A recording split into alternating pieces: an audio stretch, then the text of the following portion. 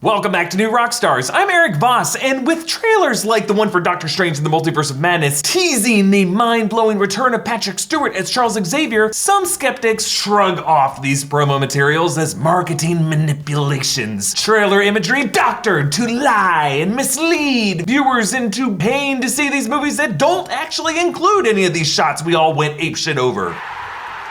And after seeing how trailer footage for Spider-Man No Way Home scrubbed out 2 Spider-Men, and maybe still a little sore over certain jungle runs in the Infinity War trailer dusted from that film, when Patrick Stewart even now claims that his voice in that trailer might have been imitated, we should tell him the truth. It's difficult to know what the truth is. Uh-oh. Look folks, obsessively analyzing movie trailers has been my entire life for several years now. So when Scott on Twitter asked me how often trailers lie or deceive or bait and switch us with shots they end up removing from the final cut, I realized it is a question many of us have when we find ourselves becoming cogs of the studio hype machines, wondering if screaming and falling out of our chairs is really warranted. So in this video, let us explore the question, do film trailers lie? Explain! In my experience, trailers can certainly be deceptive, and there tend to be 4 major forms that deception comes in. In order of increasing level of manipulation, these are 1. Deleted scenes, in which shots intended to be in the final cut of the movie are included in trailers but later removed during the post-production process. 2. Spoiler scrubbing, in which visuals are intentionally altered to digitally mask details to better preserve the movie's surprises. 3. Tonal misdirects, in which trailers intentionally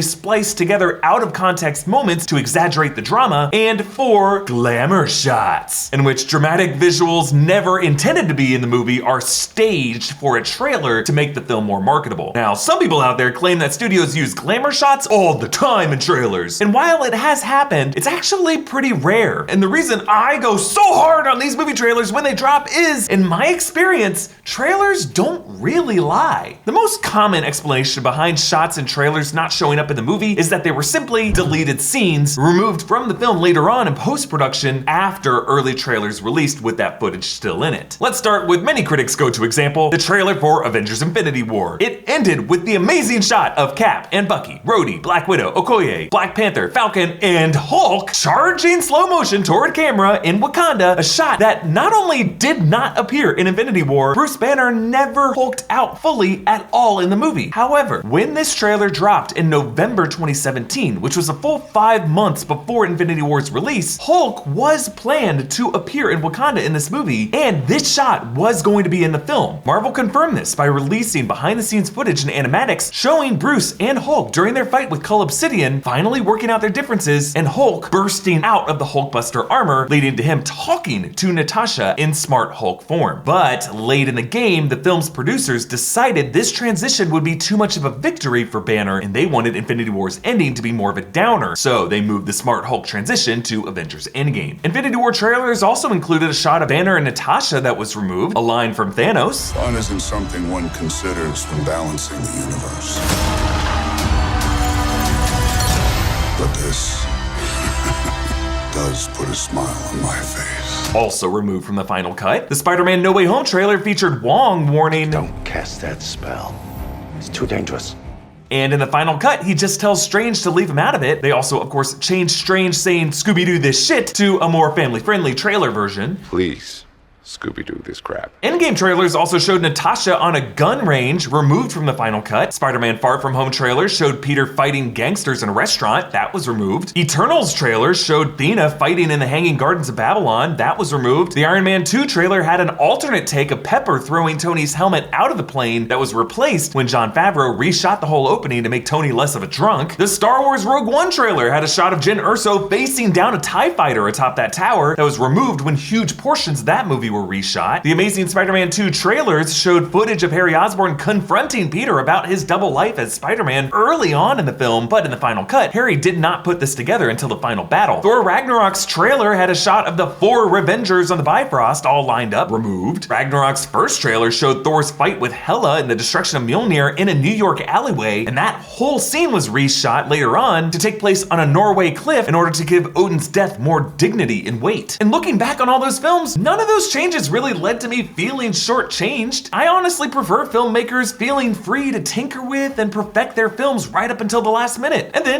later release the deleted scenes on Blu-rays. Though, don't tell that to the dudes suing Universal for false advertising for showing Ana de Armas in trailers for the movie yesterday before removing her from the film. Not a joke, folks. Now, the second category of trailer deception, and I find to be the most interesting, is what I call spoiler scrubbing. This is when VFX artists sneakily mask visuals that might spoil parts of the movie. Most recently, this happened with Spider-Man No Way Home's second trailer. 2 shots of Spider-Man in the final battle removed the Andrew Garfield and Tobey Maguire Spider-Man from this footage. Now, many fans did see an international cut of the trailer that left in the lizard recoiling from Invisible Andrew's kick, and I went even crazier to find some motion blur left atop the Statue of Liberty head. Also, back in the Infinity War trailer, the shot of Cap struggling with Thanos showed the Infinity Gauntlet with only the Power Stone and the Space Stone, but in the final cut of the film, Thanos, of course, had also acquired the Reality Stone, the Soul Stone, and the Time Stone as well at that point. So the trailer made it seem like the Avengers were gonna have a better shot against Thanos in this movie, and that Thanos might not have gotten all 6 stones until the later film. Thor Ragnarok trailers used footage of Chris Hemsworth in that final battle before they added the detail of his eye having been swiped out by Hela. Avengers Endgame's trailers showed Captain America during the time heist wearing his darker Infinity War era suit, not his classic 2012 era suit that he wears in the film, all to hide time travel being a part of this movie. Endgame trailers also showed the Avengers group shot in the compound, but they digitally removed Fat Thor and left out Smart Hulk so that those would be saved as fun reveals when we saw the movie. In Spider-Man Far From Home, a promo clip included Nick Fury saying about Mysterio, Beck is from Earth, just not ours. but in the final cut, the line was altered to, Mr. Beck is from Earth, just not yours. yes, ours versus yours in the promo, to hide the reveal that this Nick Fury is actually an extraterrestrial Skrull. I love when movie trailers do this because it makes trailers their own narrative experiences and creative puzzles designed to excite viewers without spoiling the whole movie. And it engages the insane diehards on a kind of clue hunt that gets us even more hyped for the film. But this video is brought to you by The Ridge. The Ridge wallet is light, sleek, and industrial. It's designed to fit in your front pocket, unlike those bulky monstrosities that make us sit crooked when they're in our back pockets. The Ridge comes in over 30 styles and colors, including carbon fiber and burnt titanium. It holds up to 12 cards and still has room for cash, so you can show up your fancy Euro collection to cashiers and other people who probably don't care. Every Ridge wallet comes with a lifetime guarantee, and they'll let you test drive it for 45 days and send it back for a full refund if you don't love it. They also have great backpacks, phone cases, and other cool gear. So get 10% off today with free worldwide shipping and returns by going to ridge.com/newrockstars. That's ridge.com/newrockstars and use code newrockstars. Find the link in the video's description. Now, the third category is tonal misdirects, in which moments from the film are recontextualized to artificially create drama or intrigue contrary to what is actually in the final cut. Now, of course, all trailers are montages of highlights stitched together out of context. Nothing wrong with that. But this is when trailers force in false needle drops designed to break the internet. For example, the trailer for Captain America Civil War showed Rhodey falling and hitting the ground hard. What's wrong about you? Now, Civil War was a huge event in the Marvel Comics in which major characters died. Captain America, Goliath. And yet, no marquee characters died in the Civil War film. Now, we knew after we saw this trailer that Rhodey probably wasn't gonna die. Why would they show that in the trailer, right? But we figured at least someone would. And yet, this movie was definitely less deadly than the trailer suggested it would be. Also, the trailer for Star Wars The Rise of Skywalker included this moment. Yes, it's in.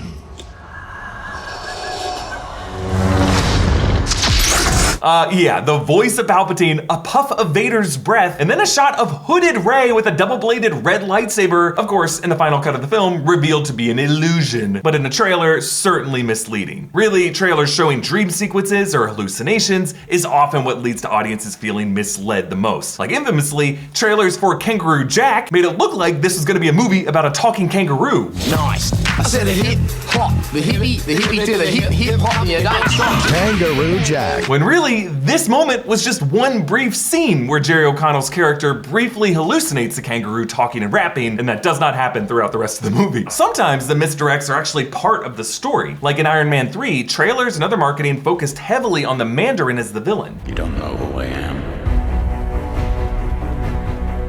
You'll never see me coming.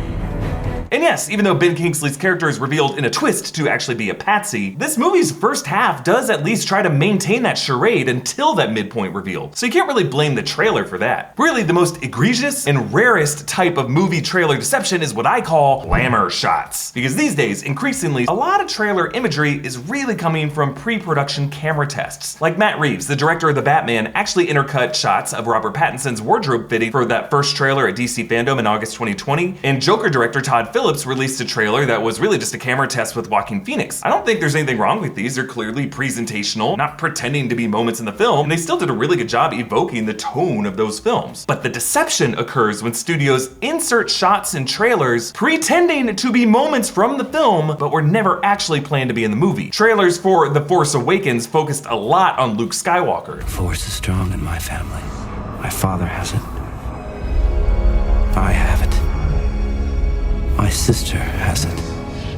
You have that power too. So not only was this shot of distraught Luke Skywalker grabbing R2 not in The Force Awakens, sure, an alternate angle was in The Last Jedi, Luke had zero dialogue in The Force Awakens, and this line was never spoken anywhere in the sequel films. Similarly, the trailer for Spider-Man Homecoming ended with a team-up shot of Spider-Man and Iron Man gliding through a city street side by side. Awesome! But a shot nowhere in the movie, and since these two characters only team up suited on the Staten Island ferry, this shot was likely never intended to be in the final cut. Sony's marketing for Spider-Man Homecoming was in general criticized for focusing way too much on Iron Man. This is a smoking gun. But still, despite all this, I think you can look at these examples that I've mentioned in this video and conclude, while deception has certainly occurred, none of these cases really amount to a studio outright lying about what would be in a movie. Like, Luke Skywalker did appear in the movie and factored heavily in the sequel. Spider-Man did team up with Iron Man in that movie. It's not like Iron Man didn't exist in the movie at all. Civil War was darker than your average MCU movie, and Marvel did intend Hulk to hatch out in Wakanda, and when the trailer for Infinity War dropped in November 2017, Marvel still planned on that being the game plan. It's just that movie's cataclysmic ending and the challenges they've always had with trying to VFX Hulk into these movies, they could not make it work for the end of Infinity War. So now when Marvel takes the step to include Patrick Stewart's voice in the trailer for Multiverse of Madness, it's a different situation, folks. The question is not, could someone have faked the voice? Or did Marvel just put it in there to screw with us? Wrong, sir, wrong! The question we should ask is, who and what else is Marvel still hiding from us beyond the periphery of this trailer? And of course, to that question, the only real response is, Why do you ask questions to which you already know the answers? Yes,